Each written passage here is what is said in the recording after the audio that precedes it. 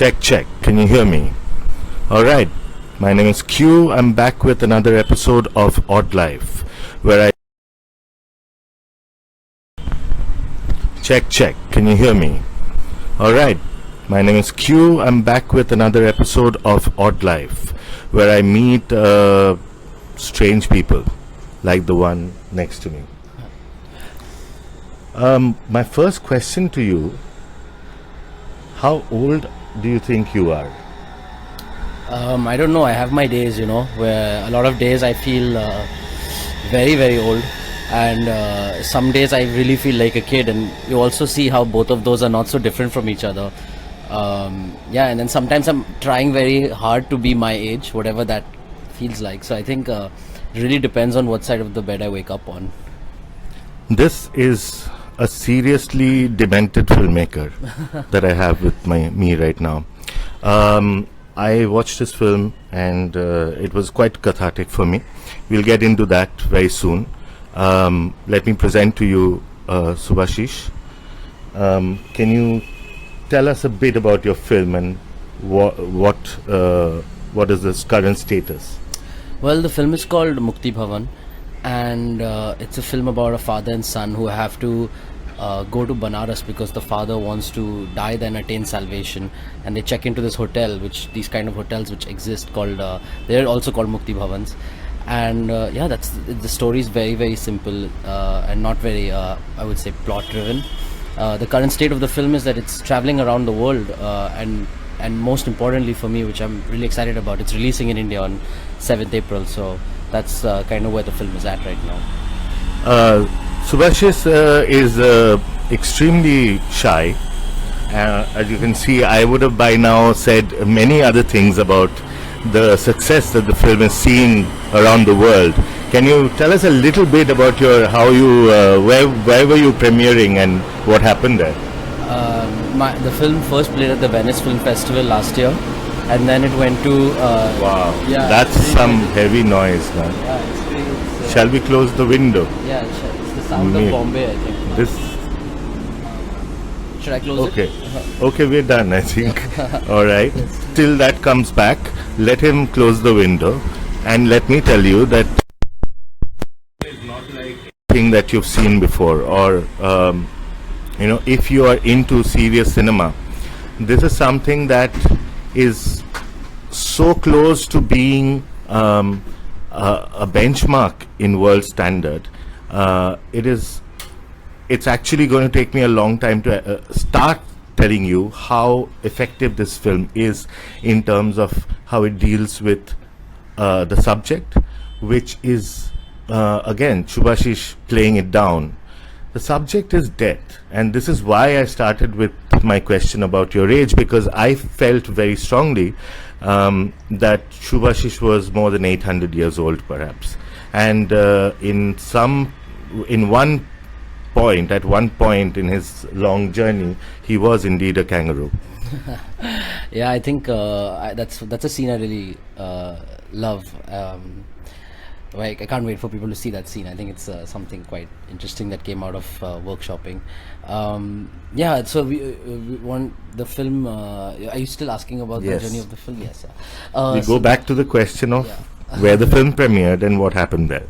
So the film first played at Venice Film Festival, where it opened, and it was really warm response, where we didn't expect to have such a large audience, considering it didn't play in the competition there, because they were involved with the project at a very early stage and were really supported the film from the beginning. And then it went to Busan in Korea, and has gone to Sweden and the Dubai Film Festival, and quite a few others. But basically it's just trying to slowly make its way around and find its audience globally. But yeah, currently it's the thing that I am personally most excited about is to see how people in India feel about the film. One thing that struck me very quickly is that a film about pontificating and ruminating about death, a filmmaker does it pretty late in their careers. Yeah. What made you start off with this? I think while the subjects maybe foreground might be what about death. I think it was really about a lot more for me. It was really about the relationships that the film was exploring, because I think most of the film is about that. It's about this one family's experience, and the death is just something that kind of forces them to come together. And so I think it's a mixture of things. And also it was Banaras itself, because I think the setting played a big part, because when I went to these hotels for the first time, I didn't feel dire at first, or that I was in a very morbid space, but I kind of found a sense of comedy because I saw a rule board at this hotel where about things that the guests can and cannot do. And I remember thinking that even I was surprised at where I was. And I think that's something, I think it came from that space, of trying to recreate the same feelings I had while I was experiencing it in a way, and kind of finding a way for it to become a movie. And you were writing it for some time, right? Tell us about the writing process, maybe that could... I think the most difficult part of the writing process is when you're not writing, because you're thinking about it for so long. I think sitting out on the desk becomes a discipline, an act of discipline rather than the writing itself. And so for the longest time, I would tell people, there's this place and this is what I'm thinking. And I think finding a point of view to tell the story was the thing that was one of the most difficult aspects for me, because when I went to the hotels, all the stories are interesting on why they feel they might die, or how they got there, or what their family felt about that. So I think, and people from all over India come there, so where do these people come from? I think all of those choices was the most difficult. But the writing process, the writing itself took place over, I would say, 6 to 8 months, and it had a lot of feedback, because I'm kind of open to how the script is read and what people feel about it and how they're receiving it. So I think that's kind of, it just evolves over time when actors and crew and people who read it tell you what they think. And the hardest part is to accept a lot of that and kind of find the solutions, if you know what I'm talking about. Yeah. But I mean, I know what he's talking about. It is the co-production process.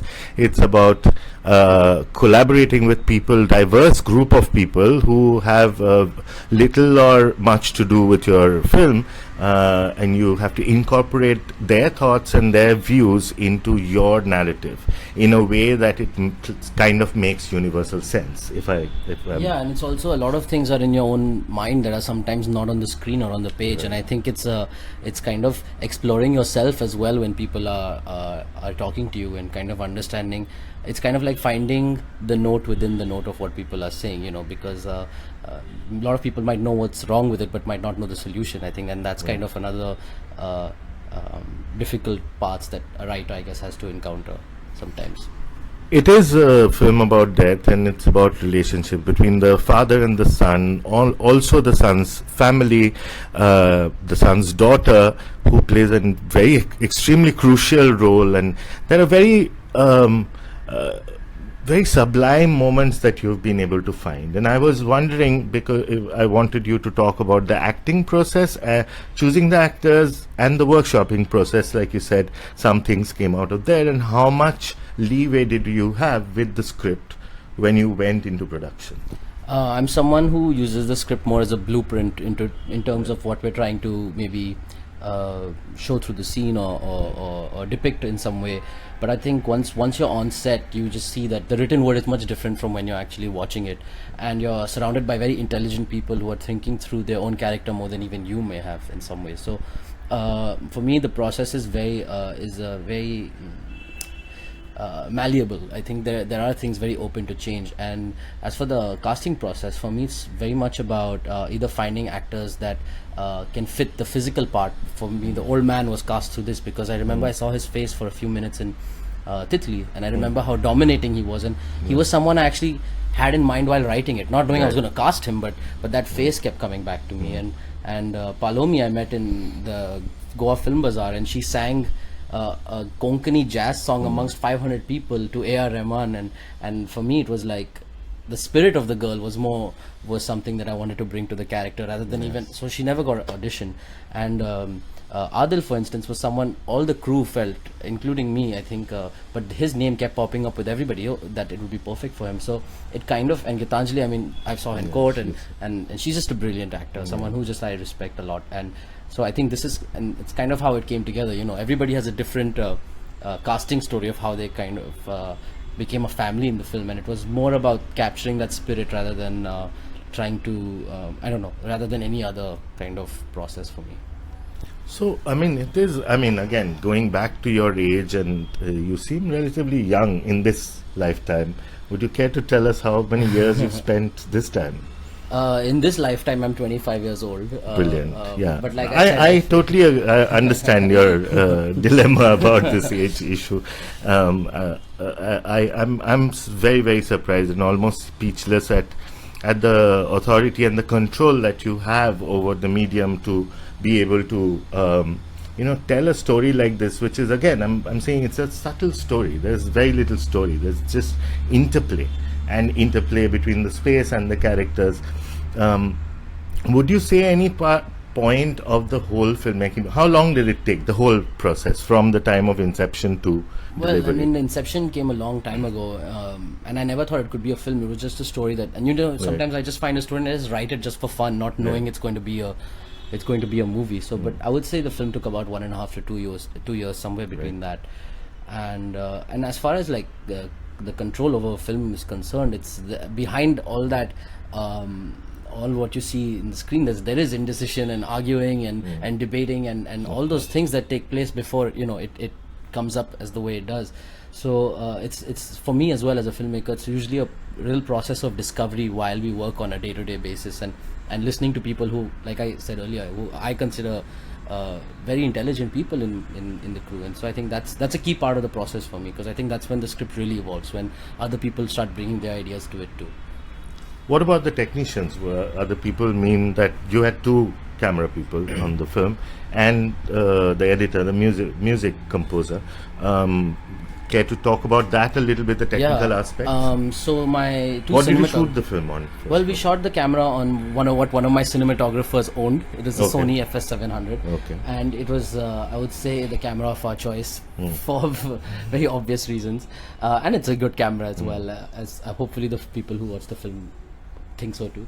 But it was more about the people for me. Each crew member was quite handpicked.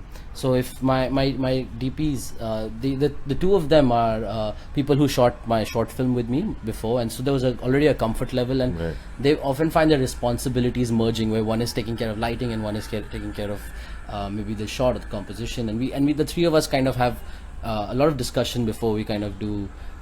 Before we go into the film. So I think that's one is from the US and one's from Switzerland, and I'm from India. So it's always a very interesting for me conversation that takes place. And my editor is someone, Manas Mittal, who I'm worked with for the first time, and who has a great sensibility as well. And he understands that milieu perfectly, because he is from that kind of zone. And as for the music, when I was writing the script, I had this composer who I used to listen to called Tajdar Junaid, and his music was something I wrote to. It gave me the mood for certain scenes that I wanted to do. And so when I was thinking about who I should ask to do it, and I knew that I had to ask him, it kind of made the most sense. And that's kind of how we start to put together the team of this. I personally, I mean, I'm not a big fan of this form of cinema. Every time, like I'm not a big fan of the kind of cinema Court sort of represents it in terms of form. When I say that, I'm saying that my main area of interest is in another zone. However, whenever I see such films which manage to move me, which is like I'm often called a fridge because of lack of emotions, but something so engaging and moving is it's a process that needs a lot of concentration in terms of even the viewing. Do you think that what is your thought about the Indian audience and how they will react to a film like this? It is a very nuanced film, and Indians don't want to think, apparently, when they go to the theater. That's what we are told all the time. How do you see this in your film playing out? Also, how do you see the world going forward? Like, I don't know personally what kind of zone the film really is in, because I think if I start thinking in those terms, that would scare me off some things, I think. But I think this film particularly is something that I did keep in. I do keep certain people in mind when I write a film, to know what's one or two people, as just I keep them in mind when I write. and I really think this is a very Indian film. And I don't agree at all with the fact that what they say, that they don't want to think. And I do think that this is such a local film in some ways, that I think they will connect more with the humor, more with the, let's say, the relationships between the family members, and the kind of silent comedy that exists between all of us, the silent repressions and things that other cultures, I don't think will be able to grasp as easily. Right. So yeah, and I think and the film, to me also, it's kind of scary always to make a film with so much emotion, because you're putting yourself really out there. Yeah. And you're really trying to find a way where it doesn't become too much always, and you try to be true to that moment. So I really do feel that people are gonna, I really hope that people are able to connect to the characters, because they're from here, and it's not I don't think this is a film, I think, that kind of meets you halfway, where I think it is a welcoming film, and it's the kind of film where people do bring, like you said, you watched it and it was cathartic for you. I think very often people do find their own personal histories coming into the film. So I really do hope people have a chance, give the film a chance, and I think a lot of people might connect to it. Well, I hope so too. I'm extremely curious to see what will happen, how it will pan out, and it's getting quite a good release. So if you are anyway interested in good cinema, what we consider good cinema, I don't know if you do that, but any kind of serious attempt at serious filmmaking, then you have to watch Mukti Bhavan. It is a really tapestry of emotion that almost anybody can connect to, because everyone has parents and everyone goes through loss, and that way it's easy. It's a simple, very, very simple film. At the same time, it's extremely dense and extremely deep.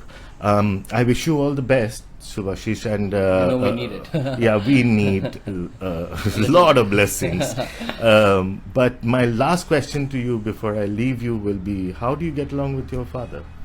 I think over the years we've become more friends, and sometimes that's a tricky thing, because it's not always cool and super respectful. So sometimes I think the person I argue most with while the making of the film was probably him, but it's only because I trust him to produce the film in the best possible way, and he trusts me to at least try and lead the team in the best possible way. But in a way, I think it's very interesting. What it's turned into is very interesting and unique, and I look forward to seeing where it goes. I'm sure it's going to have its ups and downs, but I think that's just going to be a part of life. That's life, man. Yeah. yeah.